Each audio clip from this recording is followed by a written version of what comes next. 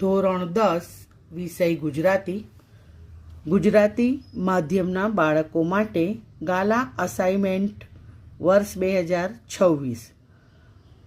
ગાલા અસાઇનમેન્ટના પ્રશ્નપત્ર 4નો વિભાગ સી, જે વ્યાકરણ વિભાગ છે, પાના નંબર 143ની ઉપર છે. વિદ્યાર્થી મિત્રો, આજે આપણે એનું સોલ્યુશન કરીશું.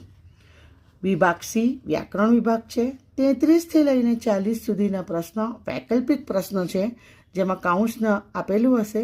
આપણે યોગ્ય વિકલ્પ પસંદ કરીને જવાબ લખવાનો રહેશે.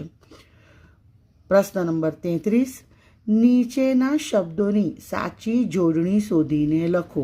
2 જોડણી લખવાની રહેશે, દરેકનો અડધો માર્ક્સ રહેશે. તો કુલદીપક,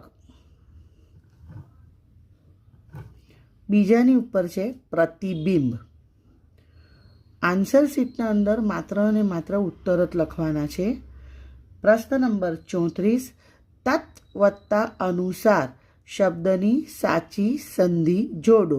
તો જવાબ આવશે તદનુસાર. પ્રશ્ન નંબર 35, માછીમાર શબ્દનો સમાસ ઓળખાવો. જવાબ આવશે ઉપપદ સમાસ.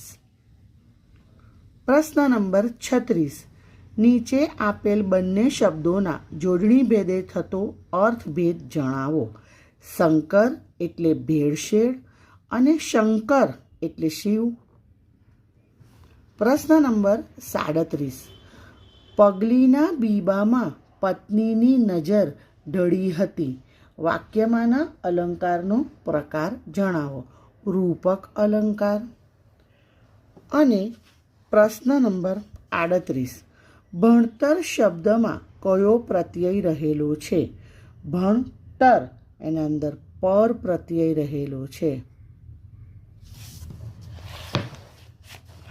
પ્રશ્ન નંબર 39, નીચેના શબ્દોના સમાનાર્થી શબ્દ શોધીને લખો.